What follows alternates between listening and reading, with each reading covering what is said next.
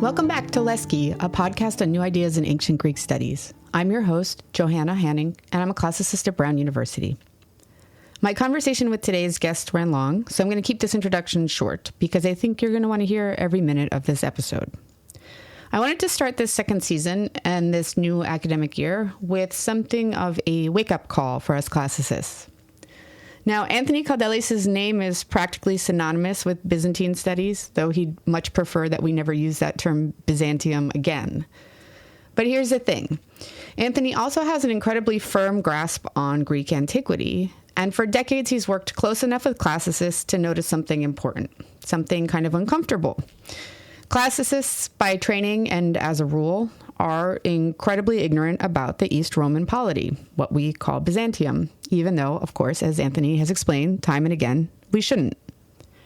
And that's not just an academic blind spot. It's a problem that cuts to the heart of what we do.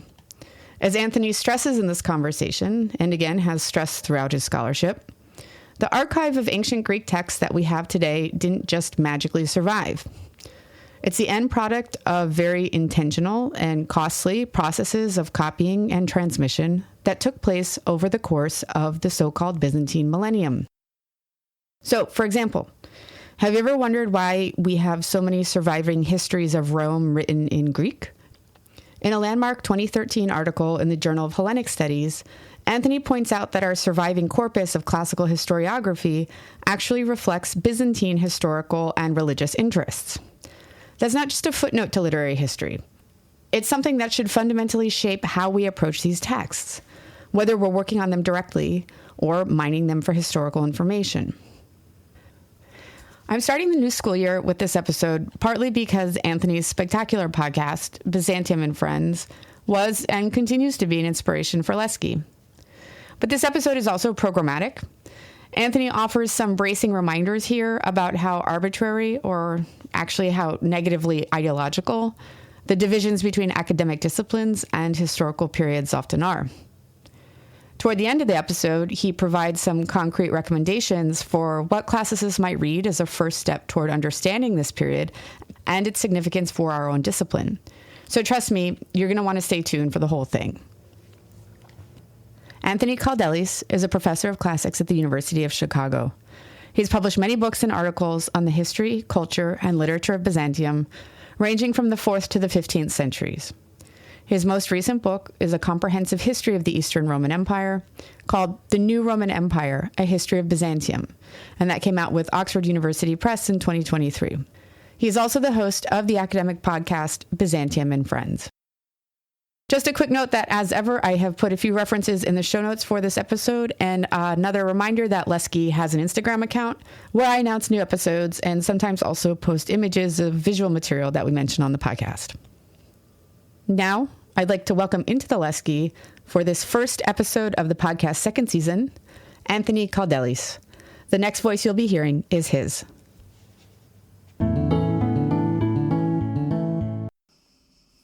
Well, I would like you and the audience to visualize in their mind the sum total of ancient Greek literature that survives. If it helps, they can picture a library. Now, there are a number of editions of these texts. So the Loeb Classical Library will not be a complete set. It will be, the canon, the classics plus a few other texts. It might be better to visualize the German Teubner series. That's much fuller on the Greek side in terms of comprehensive coverage. So if you put everything together, it's a fairly large library if you think about everything that survives from ancient Greece. Now, the interesting thing about that library, which we call a classical library, is that every text in it, almost every text, survives because it was transmitted throughout the Middle Ages. And normally we can access those texts only through medieval manuscripts. For most of them, this means after the 9th century. And for some of them, it really does mean 13th, 14th, 15th century manuscripts. Now, there are some texts that don't survive that way. They're very few and they're very rare on papyri.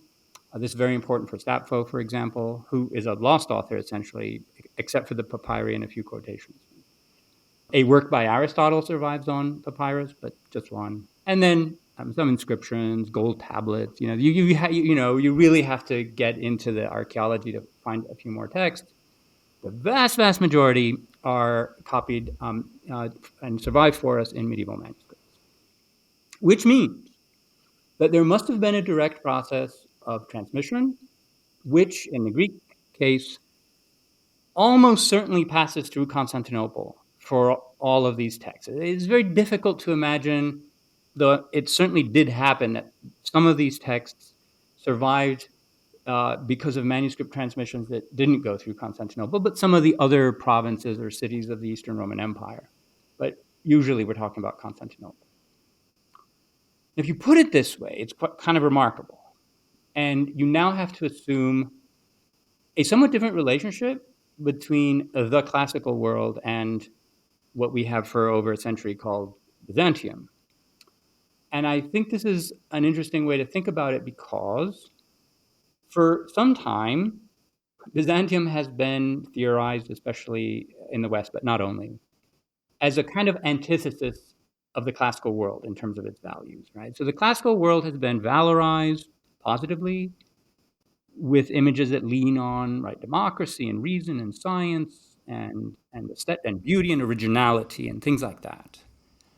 And for a very long time, the society that I study primarily, so the Eastern Roman polity, has been characterized by largely, you can say, the opposite qualities, right? So it's a kind of theocracy, the literature is unoriginal, its values are primarily like religious, it is a monarchy, sometimes called an absolute monarchy, and even worse things are said about it, right? Especially in terms of, gender, so it's lacking in manliness and things like that. So this could theoretically pose a problem to classicists, and sometimes did. In other words, why did all of the texts that we prize from antiquity survive in this civilization, which we have classified historically as being kind of the antithesis of the sorts of things that we want to study if we become classicists? And this has resulted in a number of kind of models, the most important of which is the cold storage model, called sometimes, right? So this is the idea that, those texts survived in Constantinople and were copied, but there was no sort of active involvement on the part of, quote, Byzantine scholars in its making and so forth. It was just, those texts just kind of existed.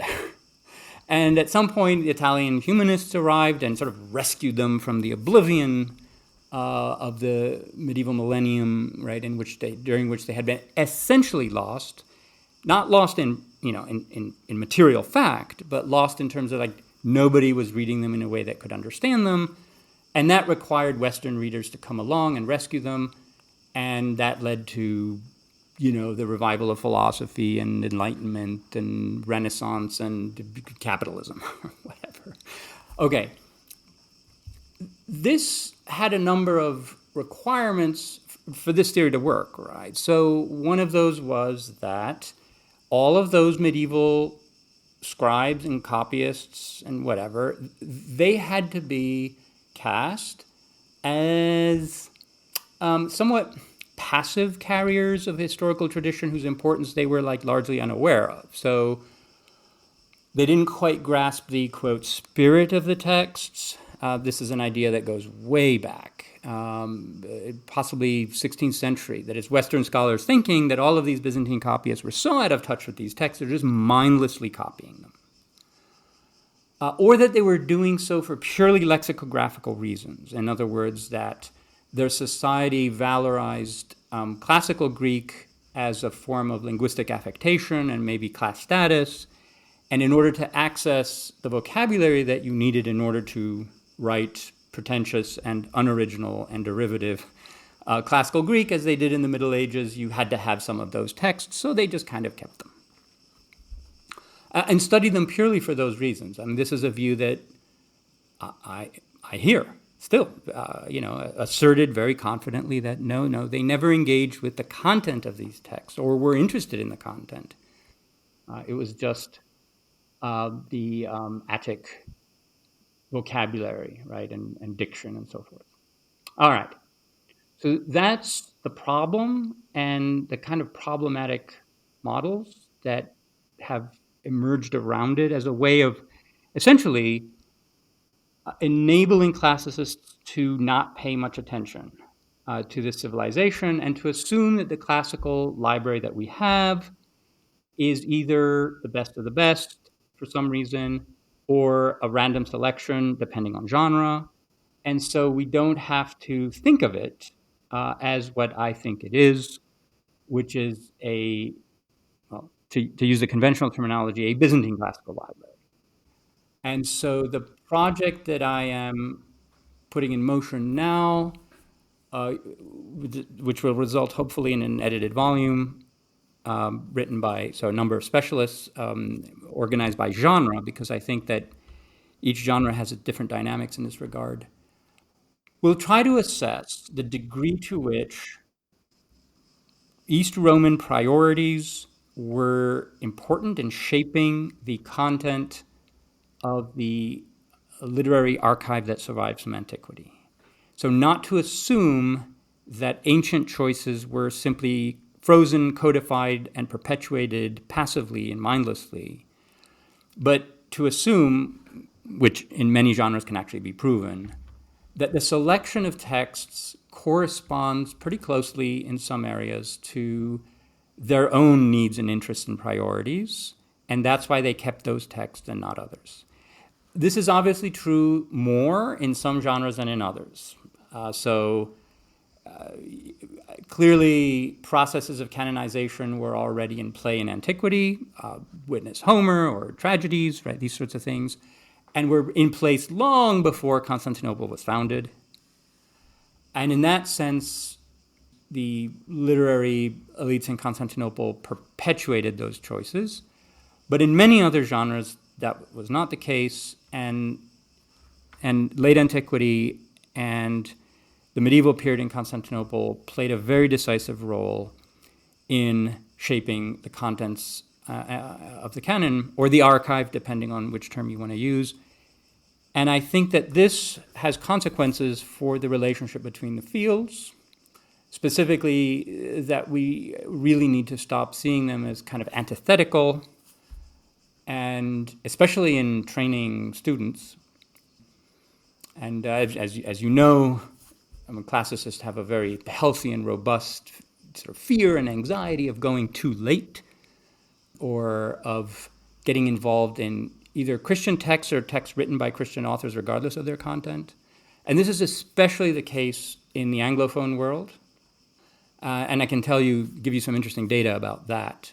But because those Anglo-American priorities are kind of being spread to the rest of the world, in part through the form of handbooks and companions, it's kind of becoming crystallized as a disciplinary divide. I don't think that ancient literature and its Greek continuation can be divided quite so clearly. And while there's change, because there's always change, right? I mean, there's change between Homer and Demosthenes, and it's always going on. I don't think that the kinds of changes that we see in literary practice and literary interests are that decisive that we need to divide these fields in as radical a way as we do. So that's a summary of the overall argument. Well, that's great. And I think that it would be really interesting to hear a little bit more, or at least begin by hearing a little bit more about why the landscape is as it is. I mean, I think listeners would be very interested to hear about the distinction between the Anglophone world and other scholarly language traditions. I'm curious also, as you were speaking about the way that people have long sort of assumed that I know you don't like the word, but the Byzantines, the East Roman Empire, that these individuals didn't really understand the spirit of the text, that they were keeping on ice, for us to come along hundreds of years later, or for the Italians or whatever. It really reminded me of the sort of early Western European travel logs of these accounts of travelers in Greece, in the Levant, in the Ottoman Empire, and the way that they described the interactions of the locals and the physical monuments around them, as sort of like living with them, but not actually understanding them. And I know that, I mean, you've written a lot about statuary and material artifacts. Is there any parallel to draw between these kinds of attitudes, the philological and the material? Oh, yes, they're exactly parallel. And that's an excellent point to bring up. There's a key difference, which is that texts can be reproduced sort of infinitely, whereas art and monuments can't. And so that creates a distinction in use, right, between libraries that we can have, like I have one over there, and you can't see it in the camera, but classical library, it's right there. But I can sort of have reproductions of ancient art, but it's not the same thing. So exactly the same kinds of processes were going on in the 15th, but also 16th and 17th centuries. And actually, I'm publishing another book next year with the University of Chicago Press called Phantom Byzantium, which is a big survey of how Western European ideas about the Eastern Roman Empire evolved and how it is that we got to the concept Byzantium, which kind of is a nexus of all of those prejudices. And there is a chapter on precisely these processes of acquisition. In other words, acquiring manuscripts and acquiring antiquities were parallel concurrent processes carried out by antiquarian travelers, but also diplomats, generals, whoever happened to find themselves in classical land, regarded it as their right to appropriate material, textual artifacts, sometimes explicitly saying that these belong to my culture, whatever Western imperial culture they represented, and specifically not to the locals who had them until that time, because precisely, and here you fill in the blank, they don't understand them, they don't appreciate them, they didn't care that I was taking it, they sold them to me for nothing, or even they were afraid of them, that this classical statues had demons in them, and they wanted us to take them away because they were afraid, and those superstitious fools over there in Greece, it's like how far, how they've sunk, right, and this kind of thing. And they would write up their adventure stories about how they stole manuscripts from monasteries and dug up statues and swindled the local. Like, this was fun for many of them, and an adventure. And this is how many of the museums and libraries in the imperial capitals of the West got filled up over the centuries. And those ideas that authorized in their mind this appropriation then fed back into the picture of the civilization that they were constructing, that came to be sort of Byzantium. And I find those views prevalent among many classicists still. They still publish things where they say express those kinds of attitudes. So yes, those were two very parallel processes. With of course, again, the difference that texts can be copied, but art is basically stolen or destroyed. So to get to your first question, so this was interesting. So in the University of Chicago Library at Regenstein, I came across a section of the library, there's maybe like 3 units, that had histories of Greek literature, or histories of classical literature, or history of the ancient Greek literature, whatever the title is, from the late 19th century down to today. And they were organized by language. So English, German, Italian, French, Polish, whatever. And I spent a couple of days in there just kind of looking at the evolution of what's covered in each tradition. And I discovered a stark contrast between books in English, that is whether UK or US, and those published in German and French, and also Italian. Starting in the late 19th century already, the German, French, and Italian books were more likely to go down to, say, Justinian and cover Christian authors, not as fully as they covered classical Greece, to be sure, right, or Plutarch, but they still covered it. And obviously we have, more of the church fathers than we do of like earlier authors. So the disproportion is even greater than that. But still, they covered it. Not always, but more likely to do so than not, whereas the English books never did. And originally, English language histories of Greek literature would end with Demosthenes, because that's when like the Greek spirit of freedom was destroyed, and that's all there is to say. And there was a lot of racial assumptions, especially about the Hellenistic world, which is a racially mongrel world, and we don't, like this kind of thing, or that the literature is less robust, or whatever. And gradually during the course of the 20th century, and very grudgingly, it was very, very slowly, the Hellenistic world was kind of okay, we'll do that too. And it's not until the late 20th century that you get the quote, second sophistic as sort of, okay, we'll annex this in some way. Though to this day, in a number of classics departments, you can have advisors who tell their students that, Hellenistic or imperial is not like really classical Greek, and don't work on that, work on the earlier stuff. I do hear that. Nevertheless, by and large, they're in, with some question marks, but they're in. Going beyond that into late antiquity is strictly out of the question. Which was not the case in other languages since the 19th century, is what I said. I was struck by this. I mean, it was very peculiar, and I started asking around, like, why is this? Why did Anglophone scholarship begin with such a narrow view?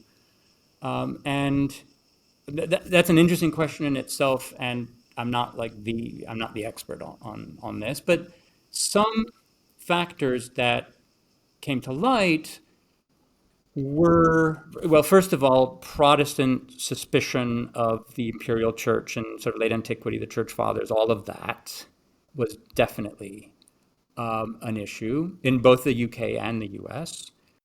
Another one was the valorization of democratic manliness. This I realized was a key factor, and this is why Demosthenes is so regularly chosen as the end point. And that everything after that is, both racially impure and questionably masculine. So Pindar, for example, is this hyper-masculine author, which is odd to me because he's like... Yeah, same. I don't, okay. Yeah, no, I was not expecting this. I guess sports. Exactly. So I thought these are like, the choir singing songs, like what the... But no, it's men praising men for doing manly things. Yes. And that in fact, for a long time in the 20th century, Pindar is like, only male scholars write on Pindar. And it took a long time to change. Unlike tragedy, which has like women and lots of emotion. And so, female scholars and did work on that earlier. It's kind of weird. It's a very gendered subfield, like Attic epigraphy or something. It's a very, very gendered subfield. Yeah. So there were those kinds of assumptions. And when you're starting from that point, and of course the idea in the UK and the US was that the classics are for training gentlemen in like republics or whatever, rather than what you definitely see on the European side, which is that you're training philologists. And so the varieties of Greek are the interesting thing. I mean, you don't even care sometimes what they are saying. So those were key differences. It took a while for classics to become more sort of professionalized in the philological way. And even today, it's not quite the same as in Europe. So those are some key differences that I spotted. And in all of these countries, what came to be called Byzantium, a term of the late 19th century also, was understood to be the antithesis of whatever good things they were looking for in ancient literature.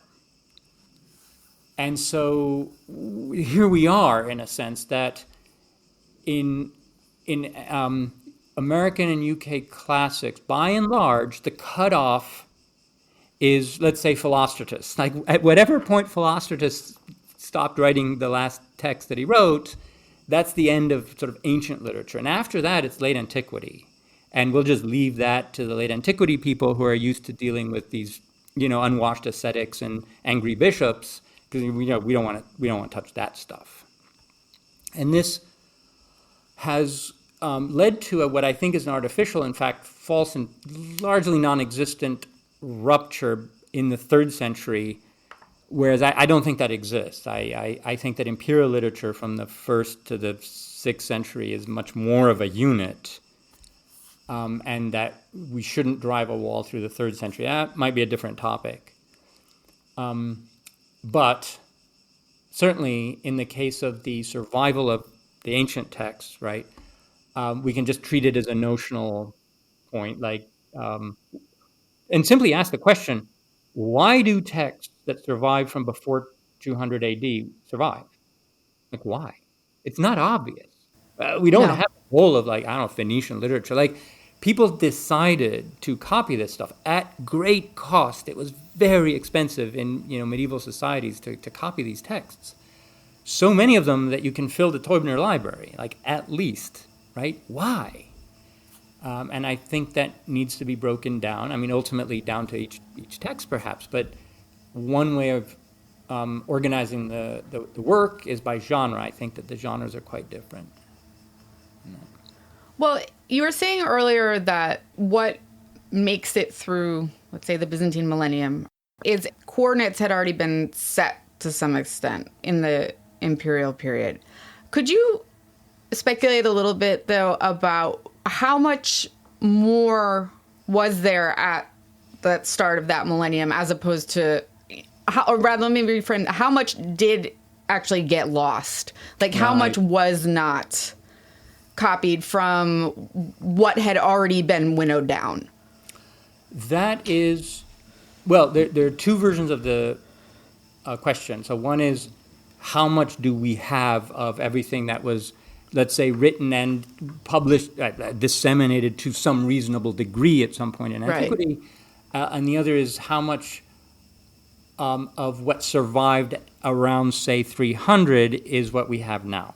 300 AD, sorry. Yeah, that second question I'm really curious about. Yeah. Okay, that's the one that's much, much harder to answer. The first one, so there are various estimates, how much of ancient literature do we have? And everybody's like, well, under 1%. Whatever the number is, it's under 1%. I have not come across any systematic effort to answer the second question. In other words, just what was lost by 300. And the reason why, one of the reasons why this is difficult to answer comes, for example, from the work by the 9th century patriarch of Constantinople named Photius. And this work in English is called the Bibliotheca. And in Greek, it's called the Myriovivlon, or 10,000 books. And it's his reviews or notes on about, let's say, roughly 300 texts. And it does not include very obvious texts, like Homer, in part because they were obvious. There was no reason for him to explain to his brother, this is the fiction of the work, what's in Homer, because it was just sort of still the basis of education. Or I think Thucydides and other authors like that, who clearly survived and were classroom texts to some degree. And Photius includes his summaries or thoughts or evaluations or reviews of a number of authors, dozens of authors, whom we would otherwise have thought were lost, soon after they were written, in fact, in many cases, because they're just not cited by anybody else in antiquity. And yet, there that author is in Constantinople in the 9th century, and Photius is writing detailed notes. He's not pretending.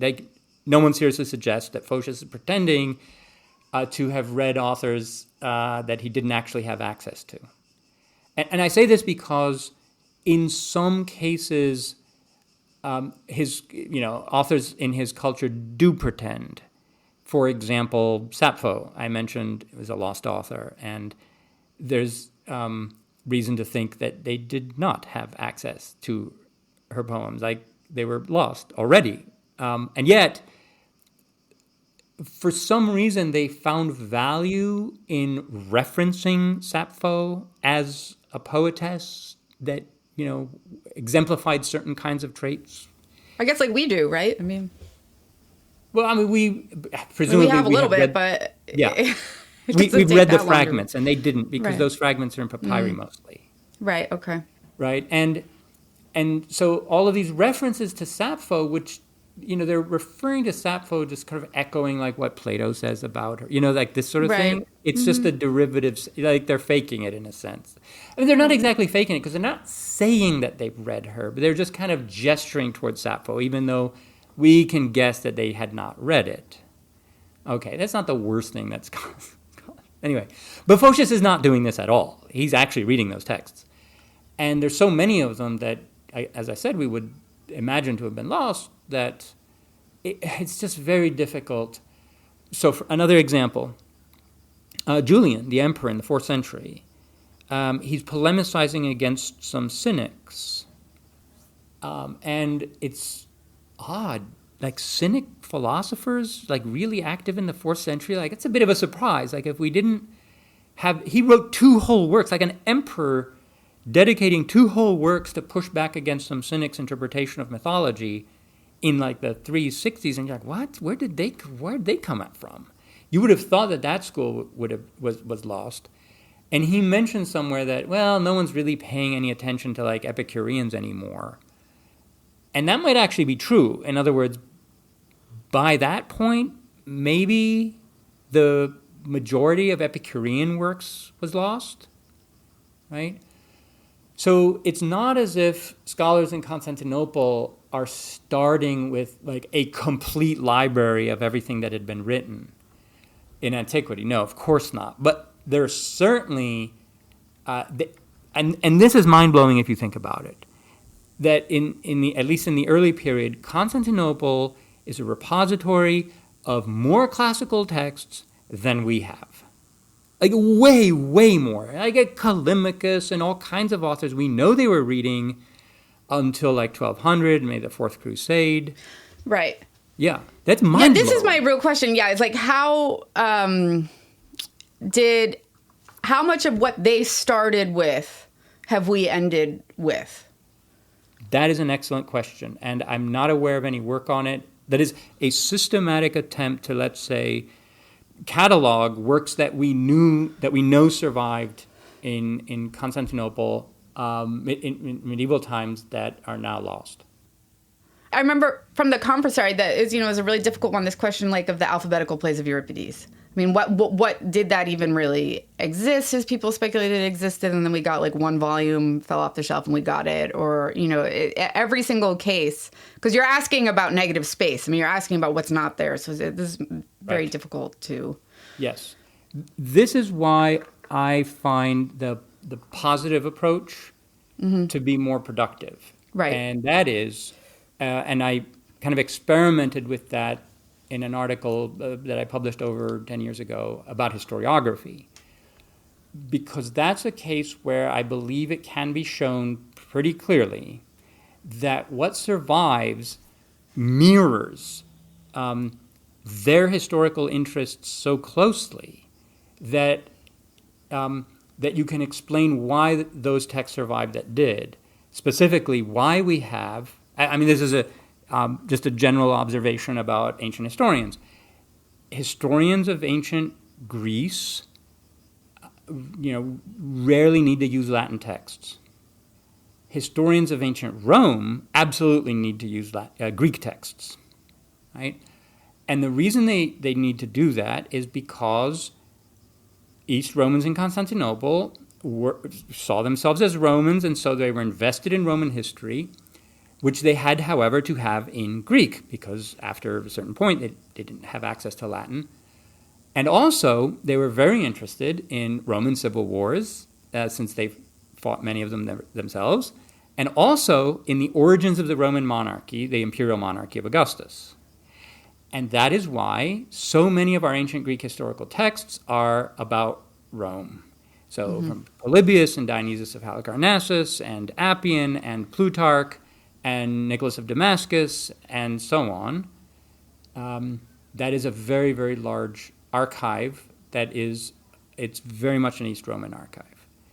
Added to that is like Josephus, because that's the link between Roman history and the sacred history of the Bible and texts. And you begin to get a sense of, oh, okay, that's why we have those texts.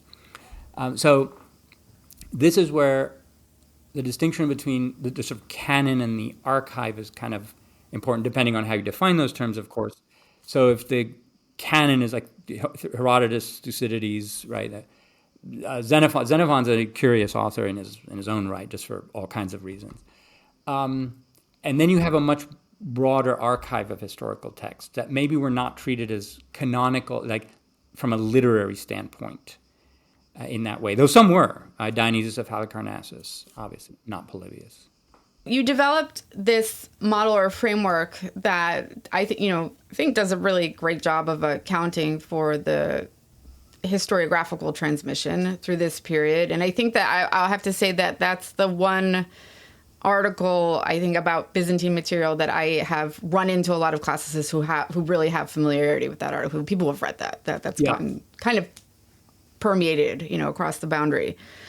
As you work on curating this edited volume, what is your sense that this experiment really can be replicated with other genres? That like you can find the things that explain what happened? I mean, was historiography just a really particularly good case for this, or are you starting to see that something like this can be figured out for, oratory or tragedy or whatever?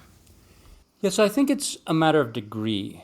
And obviously I'm going to let my colleagues who have taken on the different genres to, work it out however they see best in each case. So there's some where the argument for a heavy East Roman intervention is, it's obvious, is shooting fish in a barrel.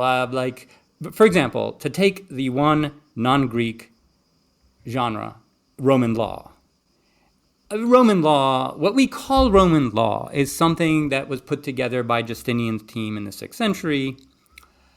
And for a long time, especially in the Middle Ages, it was treated as some sort of, it fell from Sinai, it just fell from the sky, and this is Roman law.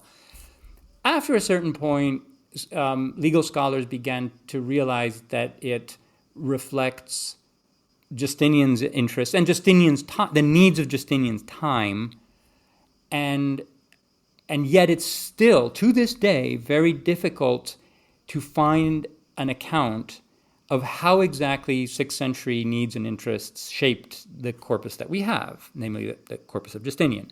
But it very clearly did. And anyway, there are genres. Another one is, and the interesting thing is that they have such different shapes, right? So, tragedy. Well, this is a collection of texts from the, 5th and 4th centuries, and that's it. There's no broader archive other than commentaries and scholia and things like that. And so that's very clearly that's on the other side of the spectrum. Like, these are some ancient choices that were made probably already in that period, that were perpetuated and in later centuries. And the question then is why are they being perpetuated? Because it's not clear what kind of active shaping is taking place. Though some of the patterns can be worked out. I don't know. We'll leave it to the volume. Take a different case, epigram.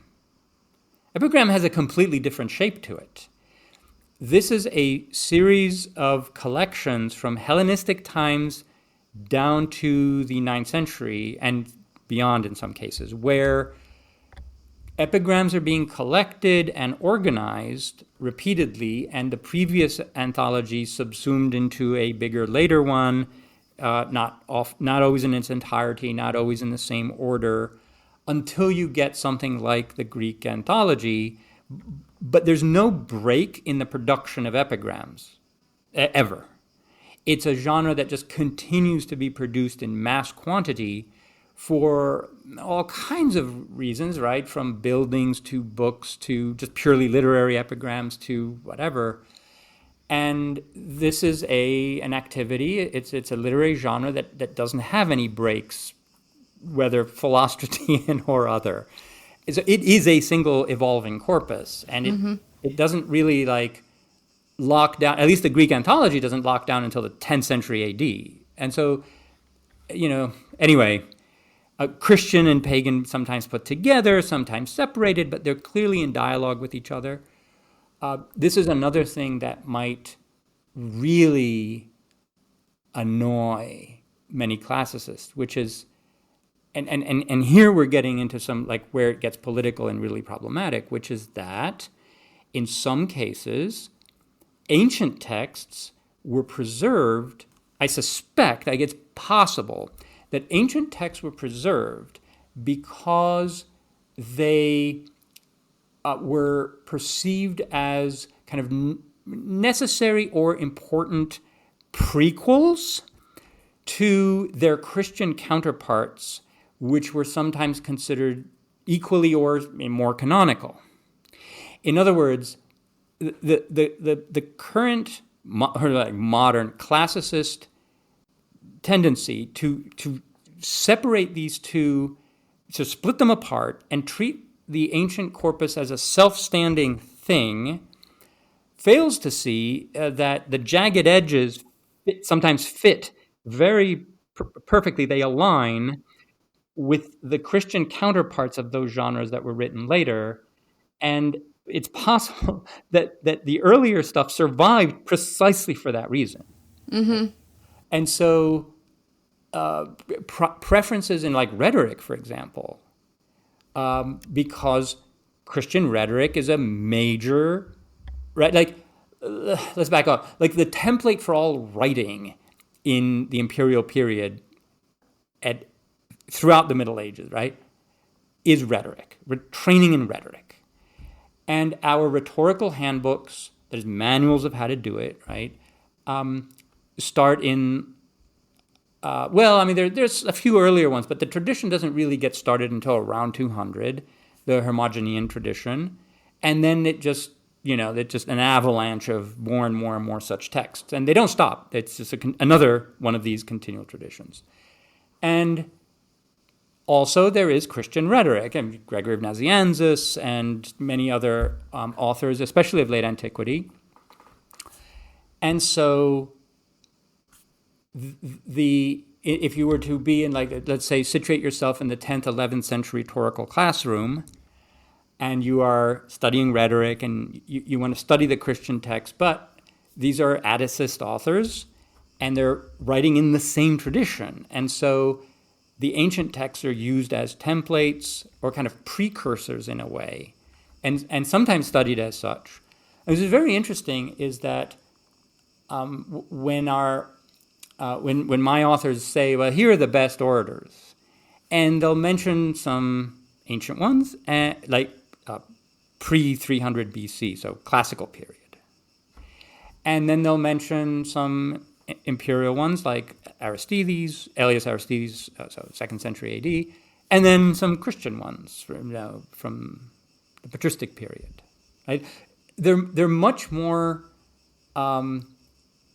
willing to look at different religions and different periods than the modern classical curriculum is.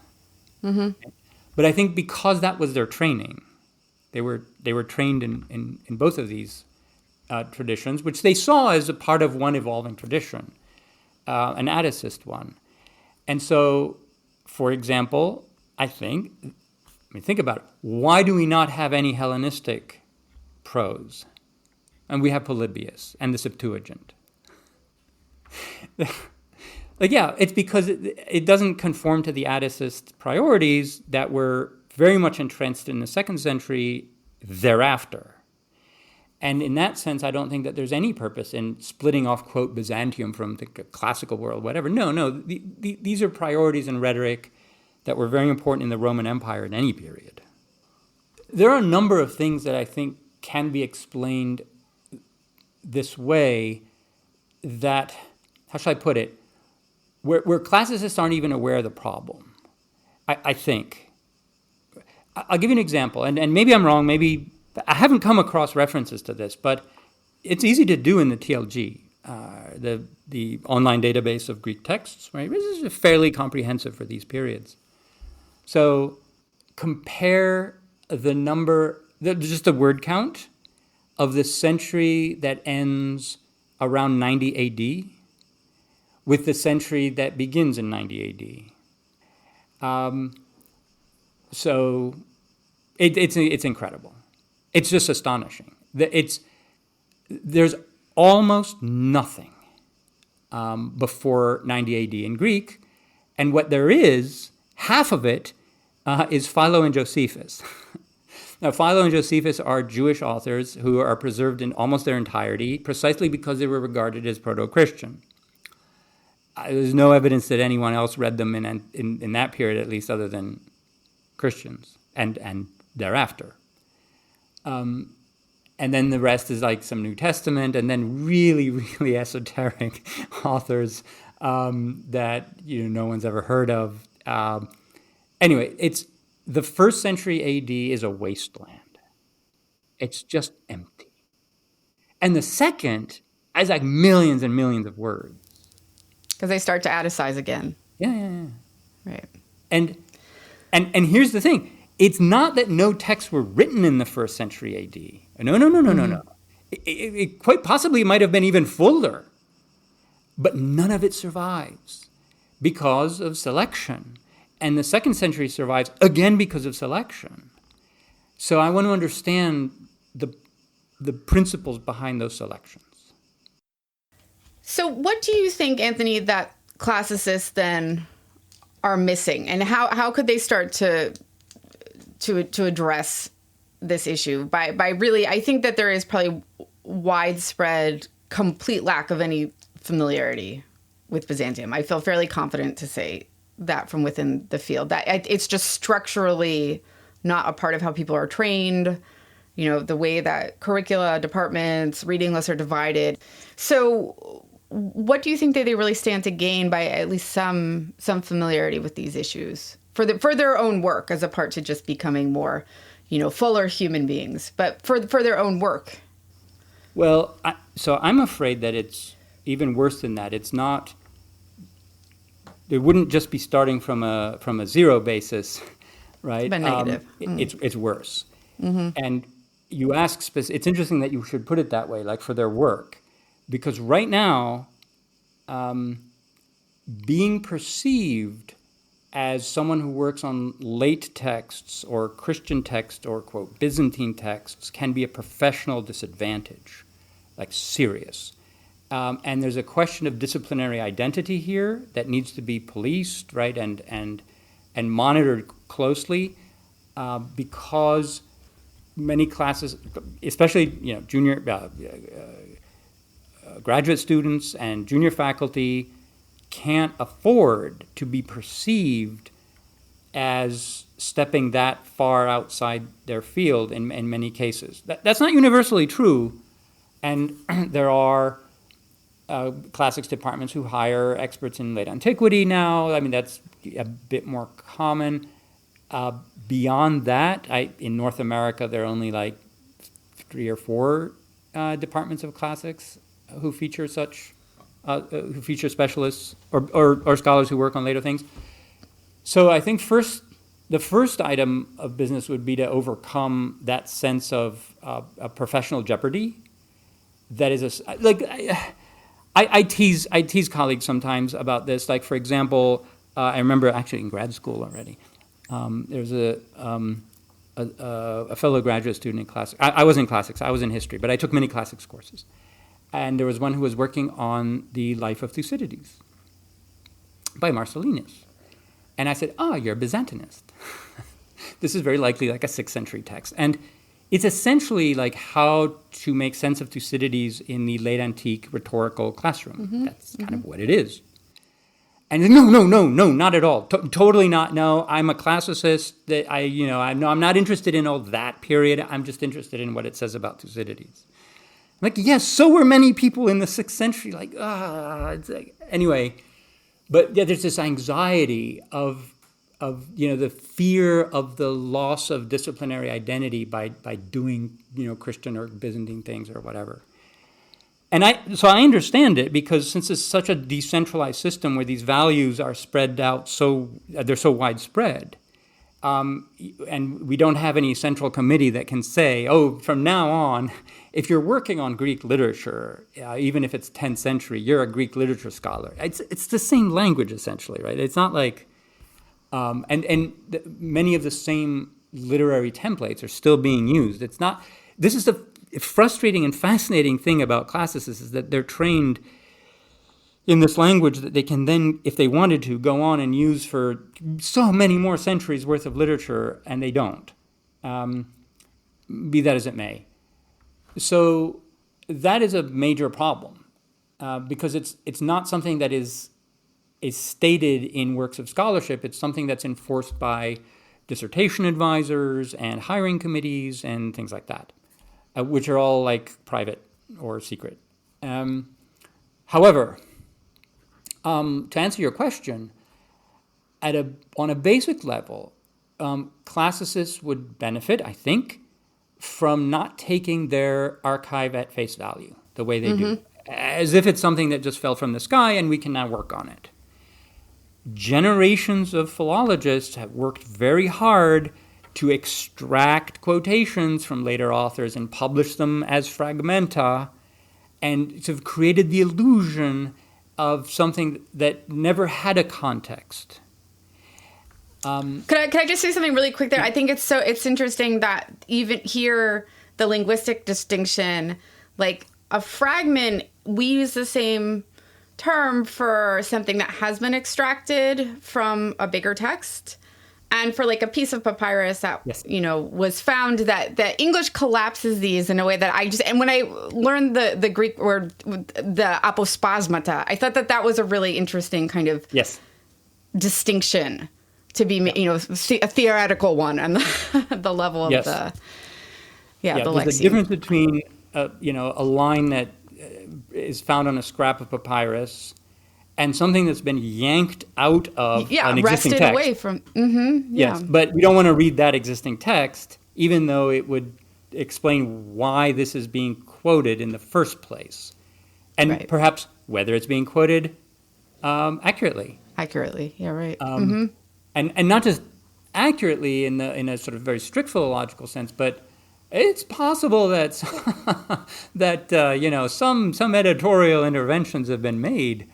Anyway, so don't take this for granted, and be more curious about where it comes from and why you have it. Why do you think that you have it, and why don't you have what you don't have? And there's a lot that we don't have, obviously, right? But why don't we have it? And I think that in some respects this illuminates aspects of even ancient history, or puts them under different light. But I won't hide that this also is that I have. I mean, not selfish so much, but like my field's interests are also at stake here.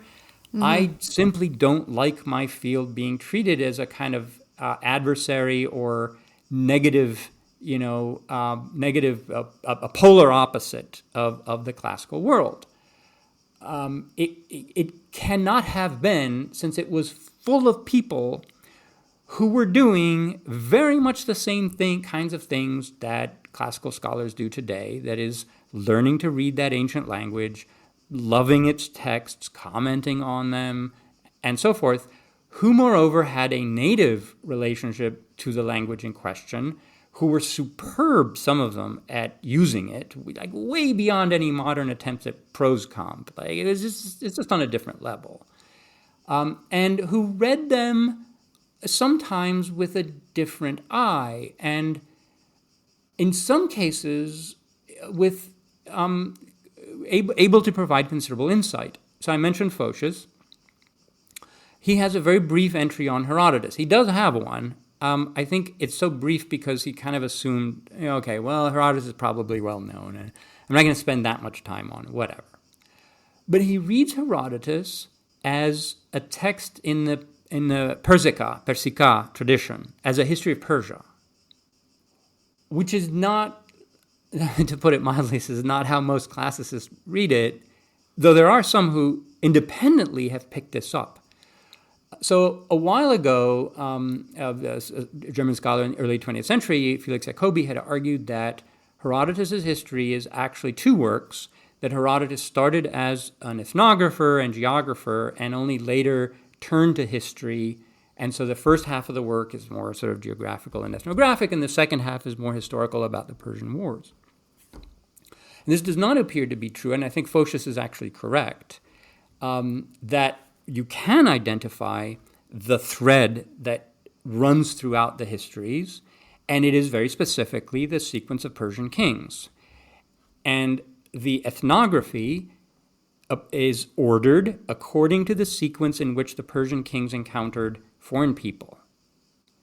And then there's like digressions upon the digressions. And so when he's talking about, the Egyptians or the Scythians, and the Scythians meet a people, then he digresses on those people, and so forth. Then it comes back to the Scythians, then comes back to the Persians. But there's always a Persian king in the background whose reign is structuring that part of the work. And so Photius is right. Now, Photius is also interested in Herodotus in this sense because a history of Persia is very useful for understanding many of the books of the Bible. Right? And he notes, like this, they were explicit about this, that Herodotus fills in some of the background for understanding some of the other works in the Septuagint, right? Without, however, even mentioning Jerusalem. Was it Momiliano who had said that a single page by Herodotus on Jerusalem would have put legions of biblical scholars out of work? Anyway, so that's another reason why Herodotus interested them. Because he provides the political and historical background for events in the Old Testament. So for a classicist who's interested in expanding their ken here out to Byzantine studies or to East Roman studies, how could they maybe start? Do you have a recommendation or two? Yes. So I'll make two recommendations. Before either of those, they should dismiss the idea of Byzantium from their head. There never was such a thing. There was only the Roman Empire and the Eastern Roman Empire, and it's the same state, the same polity as what they might know from, let's say, the 2nd century. They should try to think about it that way, because the term Byzantine brings all of that baggage that makes them allergic to what they're about to read. Get rid of it and build up your own idea of what this civilization, what this society was like from your own readings, and without importing all of the baggage about eunuchs and unwashed ascetics and angry bishops. So the first thing would be read a short history of the thing. I got 150 pages. There are so many now. Brief histories, concise histories, whatever. Just to get a sense of the big picture. It will only take you a couple of hours, and you will be better off for it. And you will kind of know generally what's going on in each period. If you want to read a long one, I can recommend one of those two. And the second thing would be to start by reading Filippo Maria Pontani's about 150-page survey of, I think it's called Byzantine scholarship. Anyway, it's a survey of how scholars in East Roman tradition engaged with ancient texts, like what they wrote about them, often like the scholia, the manuscripts, these kinds of things. It's a very well-written, clear, and in many cases detailed survey. It can't capture everything. Just think, for example, of Eustathius, right, of Thessalonike, 12th century bishop of Thessalonike, but also a Homerist scholar who wrote commentaries on the Iliad and the Odyssey that are, in aggregate, something like 7,000 pages or something insane. I don't think there's any human being who's ever read both. Maybe he was the last person who ever read them both, and only because he wrote them. But they are major sources for ancient commentaries that are lost, but also his own observations, which are sometimes very, very sharp, sometimes wacky, but sometimes sharp. And this is a man who just he adored Homer. And he thought that Homer was just the best guide to life and the best author to think with in just about every context. And anyway, we have lots of his other works. And this is a very serious scholar in general. Okay, so there's a whole book on that. Baukje van der Berg has written a book on how Eustathius read Homer through rhetorical templates and manuals. It's not the only way he reads Homer. There's a lot of allegory. There's other things, but that's a good introduction. So then, once you identify the one tradition or the genre or the author you're interested in, then there's scholarship that can help you follow through on the rest. And here, I gotta say, classical scholars are always looking for new material to work on.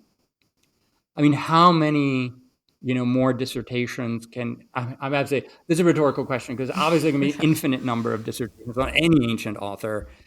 But remember when I mentioned earlier that the scope of Anglophone classical scholarship gradually expanded during the 20th century to include Hellenistic and to include Roman Imperial. Part of the reason for that is just the sheer need for more authors to work on. Like at some point, it becomes very exciting to look at, what's off the edges of the map that you're allowed to see, and you're like, well, what's over there? And you just go a little bit further, and you're like, well, this isn't entirely bad. And with your classical training, you start to see things that maybe people who are trained only in like patristics or only in late antiquity don't see. And this is now happening. It's always been happening, but it's happening still. And there are lots of works that do this. And Stephen Smith's book on the 6th century erotic epigrams is an interesting case. And I mention this because it won an award in your organization. Mine. Yes. The Yes. Sorry, I was going to say APA, but I know I shouldn't say that. But anyway. Yeah, it's another issue. Yeah. Yeah. Uh-huh. And yeah, so there are so many later texts to discover that, even if you're allergic to Christian things, fine, because there are a lot of quote Byzantine texts that are just not about Christian things; they're just about secular things because they did that too. Right.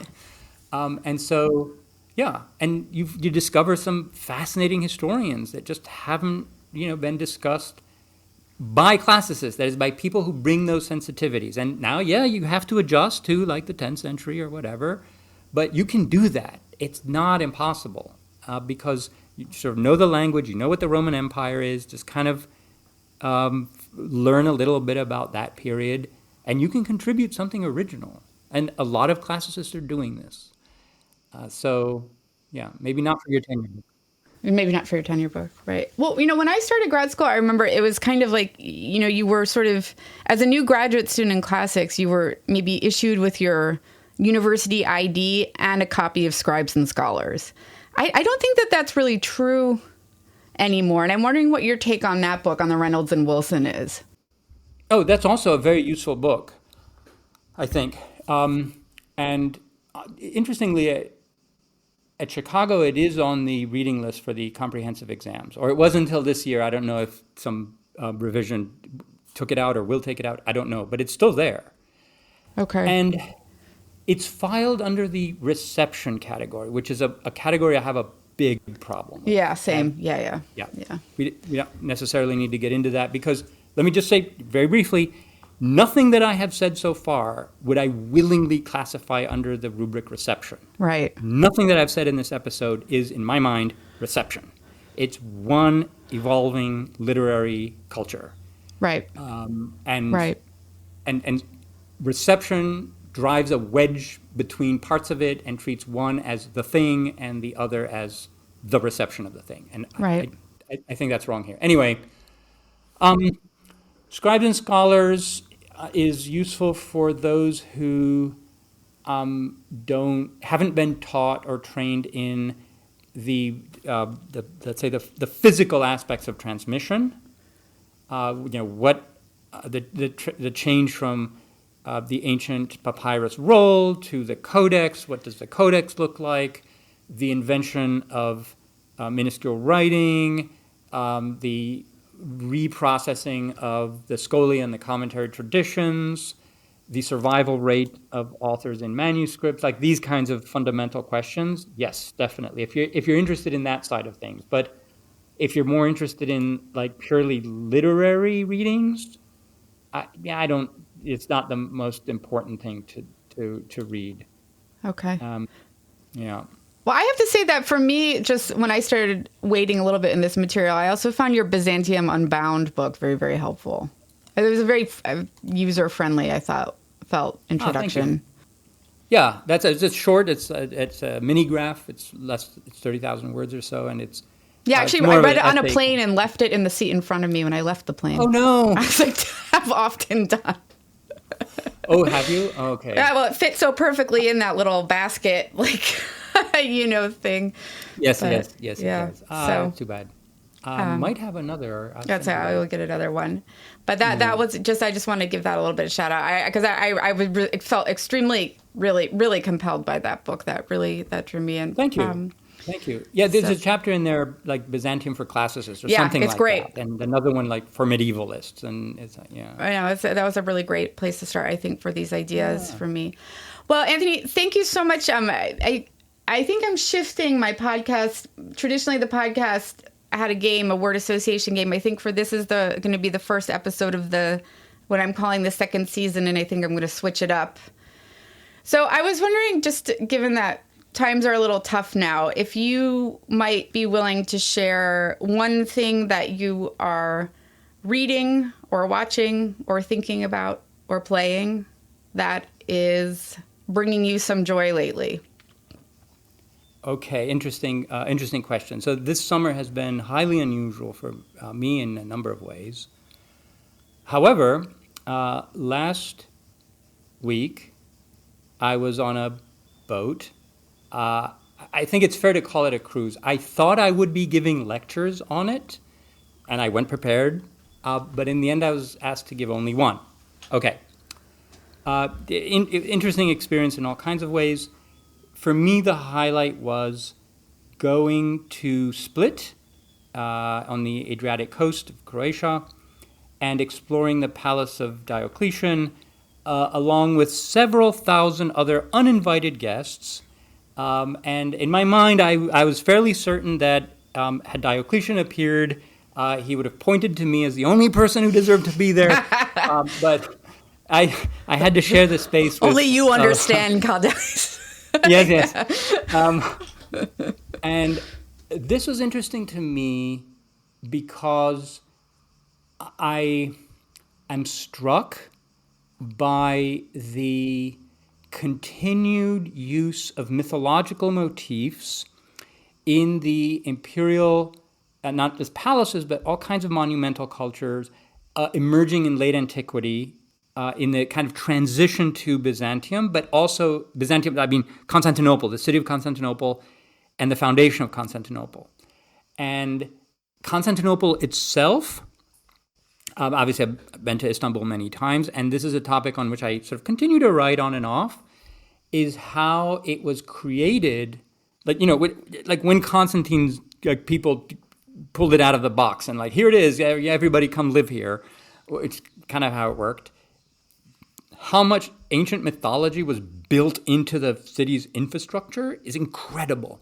And not just in the form of statues. I mean, it's very clever use of all kinds of architectural elements to create these mythological significances. And I found some of those same motifs in little aspects of Diocletian's retirement villa, or whatever that is. It's not clear.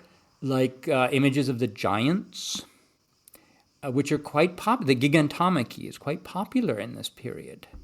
Obviously symbolizing the the defeat of senseless violence, usually meaning either barbarians or internal usurpers, by the forces of law and order, namely the emperor who won. But I just continue to find it fascinating how ancient mythology resonated with these people, regardless of their religion. Like Christians do it for centuries afterwards. And so clearly they're not using mythology in some sort of, hard religious sense there, but it's just become a symbolic language with which to express important things. And I think that this ties in wonderfully with what we've been talking about, but on the level of like art history and architectural history. And just kind of hanging out in Split for a few days and doing my lines of sight, kind of like what could you see from where, and who is supposed to see these images, and why is there an Egyptian sphinx outside the entrance to his apartment, right? I just love teasing these out and posing them as questions to myself. Why? Why did they do this? Which is the same question that I ask when I see any classical text. Why do we have it? So those few days were a welcome a change of pace for what this summer has otherwise been. Interesting question. Thank you for making me think that. Yes, and for having me on. You just anticipated me. Thank you very much, Anthony. We really appreciate it. It was great to have you on.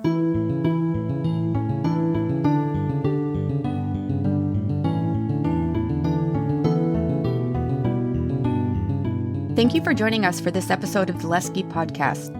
And special thanks for their support of the podcast to the Brown University Department of Classics and the John Nicholas Brown Center for Advanced Study. Don't forget to subscribe to the podcast so you never miss an episode. And we'd be grateful if you take a moment to rate the podcast and leave a review. It will help other listeners to find us. We look forward to you joining us again soon here in the Lesche.